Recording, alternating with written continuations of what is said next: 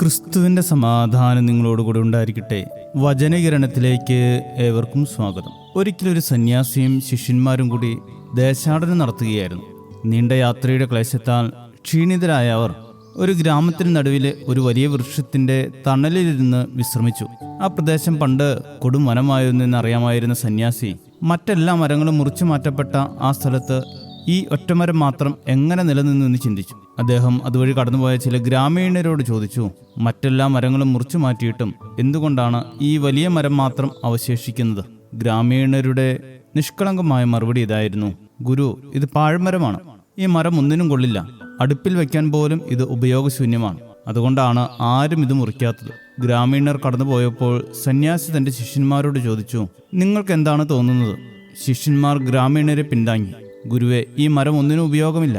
അതിനാൽ തന്നെയാണ് ഇത് മുറിക്കാതിരുന്നത്. ഗ്രാമീണർ പറഞ്ഞത് വളരെ ശരിയാണ്. സന്യാസി ശാന്തമായി അവരെ നോക്കി എന്നിട്ട് ചോദിച്ചു, ഈ മരം ഒന്നിനും കൊള്ളില്ലെന്നോ? അങ്ങനെയെങ്കിൽ ഇപ്പോൾ നാം ആരുടെ തണലിലാണ് വിശ്രമിക്കുന്നത്? ഈ വിശ്രമത്തിലൂടെ നാം ക്ഷീണമകറ്റുന്നു.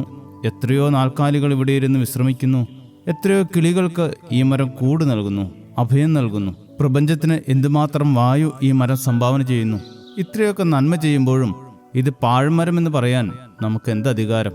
സന്യാസിയുടെ വാക്കുകൾ ശിഷ്യന്മാരെ ആഴത്തിൽ സ്പർശിച്ചു. ശരിയാണ്, പ്രപഞ്ചത്തിൽ ഒന്നും പാഴായിട്ടില്ല. നാം നന്മകൾ കണ്ടെത്തുന്നില്ല എന്ന് വെച്ച് ഒരാളെയും ഒന്നിനും പാഴ് എന്ന് വിളിക്കുവാനും ആകില്ല. ദൈവം ഈ ഭൂമിയെ സൃഷ്ടിച്ച എല്ലാത്തിനും അതിൻ്റെതായ ഉദ്ദേശമുണ്ട്. അതിലൊന്നും പാഴായിട്ട് സൃഷ്ടിക്കപ്പെട്ടിട്ടില്ല. ഈ ഭൂമിയിൽ ഒരു ജീവജാലങ്ങളും ഒരു മനുഷ്യനും പാഴല്ല എന്ന് നമുക്ക് തിരിച്ചറിയാൻ കഴിയേണ്ടിയിരിക്കുന്നു. ഒരു കാശിന് 2 കുരുവികൾ വിൽക്കുന്നില്ലയോ? അവയിലൊന്നുപോലും നിങ്ങളുടെ പിതാവ് സമ്മതിക്കാതെ നിലത്ത് വീഴുകയില്ല.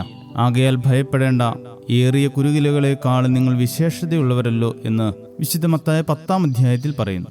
ചെറിയ കുരുകിലകളെ പോലും കരുതുന്ന സൃഷ്ടാവ് എല്ലാ സൃഷ്ടികളിലും നന്മ കണ്ടെത്തുന്നു. ഒരു മരം അടുപ്പിൽ വയ്ക്കാൻ കൊള്ളില്ല എന്നതുകൊണ്ടോ ഗൃഹോപകരണങ്ങൾ ഉണ്ടാക്കാൻ കഴിയില്ലെന്ന് വെച്ചോ അത് പാഴ്മരമാകുന്നില്ല.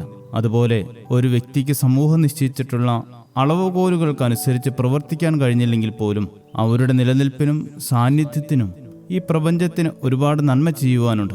ദൈവത്തിൻ്റെ സൃഷ്ടികളിൽ ഒന്നും ചെറിയതല്ല, ഒന്നും ഉപയോഗശൂന്യവുമല്ല. സൃഷ്ടാവായ ദൈവത്തെപ്പോലെ പ്രപഞ്ചത്തിലെ സകലത്തിൻ്റെയും കഴിവുകളും ഉപയോഗങ്ങളും കണ്ടെത്തുക എന്നതാണ് പ്രധാനം. ശുഭദിനം നേരുന്നു. ദൈവം അനുഗ്രഹിക്കട്ടെ. തീർത്ഥയാത്ര യേശുവിൻ